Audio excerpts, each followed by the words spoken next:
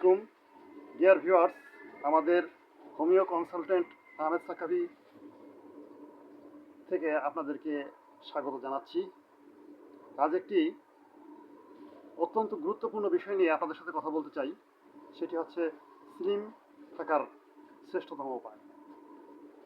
বর্তমান সমাজে মোটা হওয়া, স্থূলতার প্রবণতা এতটাই সমস্যা হয়ে গেছে যে স্লিম হওয়ার জন্য ওষুধ পর্যন্ত গ্রহণ করতে হচ্ছে। তবে ওষুধ পানের চেয়ে যদি প্রাকৃতিক উপায়ে স্লিম থাকা যায় তবে সেটাই হচ্ছে সবচেয়ে ভালো বিষয়।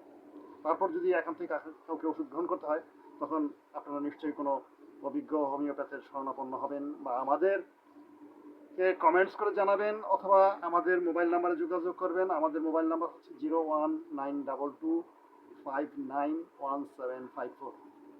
যাই হোক, এখন আমরা মূল আলোচনাতে আসি। হোমিওপ্যাথিতে কোনো নির্দিষ্ট নিরাময়ের পরিবর্তে ওজন বৃদ্ধির মূল কারণগুলোর দিকে সাধারণত নজর দেওয়া হয়। যেমন বিপাক প্রক্রিয়া, কারো যদি ধীর বিপাক প্রক্রিয়া হয় তাহলে তার ওজন বৃদ্ধি পেতে পারে, কারো হরমোনের ভারসাম্যহীনতা থাকতে পারে, বা মানসিক চাপের কারণে, অথবা এই সমস্ত সমাধান করে ওজন কমানোর চিকিৎসা করা হয়। ওজন ব্যবস্থাপনার মাধ্যমে জনপ্রিয়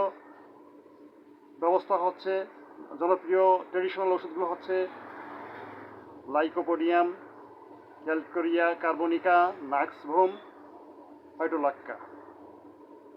নিচে আমি ধীরে ধীরে এক এক করে সমস্ত ওষুধগুলো নিয়ে আলোচনা করব। প্রথমে বলছি লাইকোপোডিয়াম, বহুল প্রচলিত একটি হোমিও ওষুধ, যা শুধু স্লিম হওয়ার জন্যই নয়, বিভিন্ন রোগ প্রতিকারে এটি একটি অনন্য সাধারণ ওষুধ।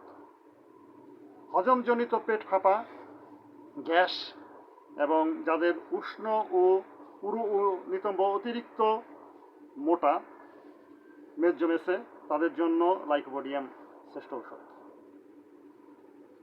এরপর নাক্সভূমিকা, শারীরিক কার্যকলাপের অভাব, অর্থাৎ যারা কায়িক শ্রম করেন না বা ব্যায়াম করেন না, অতিরিক্ত খাওয়ার কারণে হজমের সমস্যায় ভোগা অলস ব্যক্তিদের জন্য নাক্সভূমিকা একটি উত্তম ঔষধ। তবে এর আপনার বিভিন্ন মাত্রা আছে। নাক্সভূমিকা মাদার আছে, নাক্সভূমিকা 30 আছে, নাক্সভূমিকা 200 রয়েছে, নাক্সভূমিকা 1M আছে। একজন অভিজ্ঞ হোমিও ডাক্তারই আপনাকে আপনার সমস্ত লক্ষণগুলো যাচাই বাছাই করে সঠিক মাত্রাটি নির্ধারণ করে দেবেন। আপনাদের কাছে আমি এর আগেও বিভিন্নভাবে করজোর করে অনুরোধ করেছি যে ইউটিউব দেখে সরাসরি আপনারা কোনো ওষুধ খাবেন না। যাদের প্রাতিষ্ঠানিক কোনো ডিগ্রি নেই হোমিওতে, তারা ঔষধ ইউটিউব দেখে বা ইন্টারনেট ঘেটে যদি কোনো ওষুধ খান তাহলে তার ভালো ফলাফলের চেয়ে বরং খারাপ প্রতিকারী হতে পারে আরও বেশি। এর জন্য ইউটিউব দেখে ওষুধ না খাওয়াটাই ভালো। এখন আমি তৃতীয় ওষুধটির কথা নিয়ে আলোচনা করতেছি, যেটি আছে ক্যালকেরিয়া কার্বনিকা।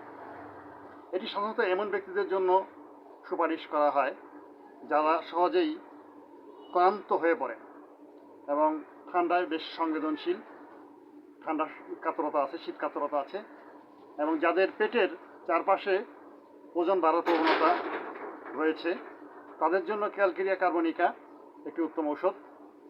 এখানেও অভিজ্ঞ হোমিওপ্যাথ, অভিজ্ঞ চিকিৎসক আপনার রোগ লক্ষণ, আপনার দৈহিক গঠন, আপনার মানসিক চরিত্র এবং ঔষধের চারিত্রিক বৈশিষ্ট্য দেখেই সঠিক ওষুধটি নির্বাচন করতে পারবেন। চতুর্থ যে ওষুধটির নাম আমি আপনাদেরকে বলবো সেটি হচ্ছে ন্যাট্রাম মিউরিটিকাম। ন্যাট্রাম মিউরিটিকাম এটিও হোমিও ঔষধে শুধুমাত্র ওজন কমানোর জন্য নয়, বিভিন্ন ধরনের অসুখে এবং বিভিন্ন ধরনের লক্ষণে এটি ব্যবহৃত হয়। ন্যাট্রাম মিউরিয়াম হচ্ছে এমন একটি ওষুধ যেটি লবণ থেকে তৈরি করা হয়। সুতরাং লবণের উৎপত্তিস্থল কীভাবে?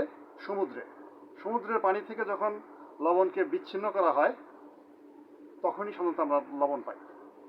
ঠিক একইভাবে মানসিক চাপ, ধরুন একজন মানুষ বিরহ কাতরতায় ভুগছে, তার স্ত্রী বিয়োগ ঘটেছে বা তার স্বামী বিয়োগ ঘটেছে, অথবা তার প্রেমিকা তাকে ছেড়ে চলে গেছে, অথবা তার প্রেমিক তাকে ছেড়ে চলে গেছে, সে একটা মানসিক চাপের মধ্যে রয়েছে।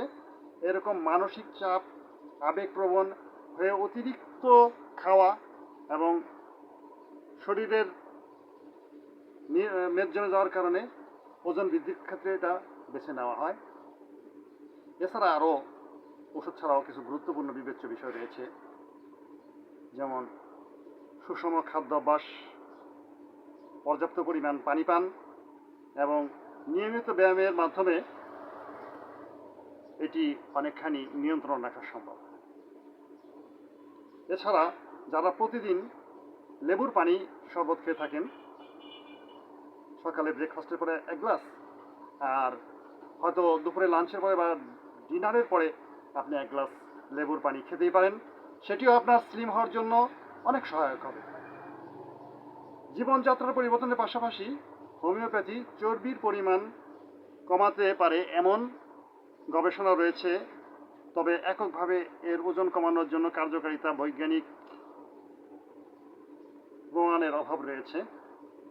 যে কোনো হোমিওপ্যাথি চিকিৎসা পরিকল্পনা শুরু করার আগে কোনো আপনার অভিজ্ঞ চিকিৎসকের শরণাপন্ন হওয়া, তাদের সাথে পরামর্শ করে ওষুধ নেওয়া, এটি হচ্ছে সর্বোত্তম পন্থা। একটি জিনিস মনে রাখবেন যে একটি মানুষ সাধারণত রাতারাতি মোটা বা স্থূলতায় ভোগে না, সুতরাং সে স্লিমও রাতারাতি হতে পারবে না। ওষুধ খাওয়ার পাশাপাশি তার পরিমিত খাদ্যাভ্যাস, সঠিক খাদ্যাভ্যাস, পর্যাপ্ত পরিমাণ ব্যায়াম, শারীরিক পরিশ্রম, মানসিক চাপমুক্ত থাকা এবং হরমোনজনিত সমস্যা থাকলে হরমোনজনিত সমস্যাগুলো ঠিক করা, সেটা আবার অন্য ওষুধের মাধ্যমেও করতে হতে পারে। তাই আগে সর্বাগ্রে প্রয়োজন যে কী কারণে তার স্থূলতা বাড়ছে, কী কারণে তার ওজন বেড়ে যাচ্ছে। আমাদের বর্তমান সমাজে এমন একটা অবস্থা হয়েছে যে আমরা সিঁড়ি ভেঙে উপরে উঠি না, লিফট দিয়ে উপরে উঠতে হয়, লিফট দিয়ে নিচে নামতে হয়। আমাদের কখনো পায়ে হেঁটে যেতে হয় না, আমরা কারে করে আমাদের অফিসে যাই। এ কারণে স্থূলতার সমস্যাটা একটু বেশি। যারা স্থূলতার সমস্যা ভুগছেন তারা অবশ্যই আমাদের এই ইউটিউব চ্যানেল দেখে আমাদের সাথে যোগাযোগ করতে পারেন। আমাদের একটি প্রতিষ্ঠান রয়েছে A to Z নামে, যেটি খুলনার বসুপাড়ার এতিমখানা মোড়ে। আপনারা অল্প পরামর্শ ফি দিয়ে আপনারা আমাদের সাথে যোগাযোগ করতে পারবেন এবং কুরিয়ার যুগেও আপনারা ওষুধ নিতে পারবেন। আমাদের এই আলোচনা যদি আপনাদের সামান্যতম উপকার আসে, তাহলে আপনাদের কাছে আমাদের বিনীত অনুরোধ যে আমাদের চ্যানেলটি আপনারা অবশ্যই অবশ্যই অবশ্যই সাবস্ক্রাইব করে দেবেন, তাহলে আমরা আপনাদের কাছে কৃতজ্ঞ থাকবো। এছাড়া আপনারা আমাদের চ্যানেলটিকে লাইক করবেন, শেয়ার করবেন এবং কমেন্ট করে জানাবেন যে আমাদের আলোচনাগুলো আপনাদের কাছে কেমন লাগে। ধন্যবাদ, আজ এই পর্যন্তই। আল্লাহ হাফেজ।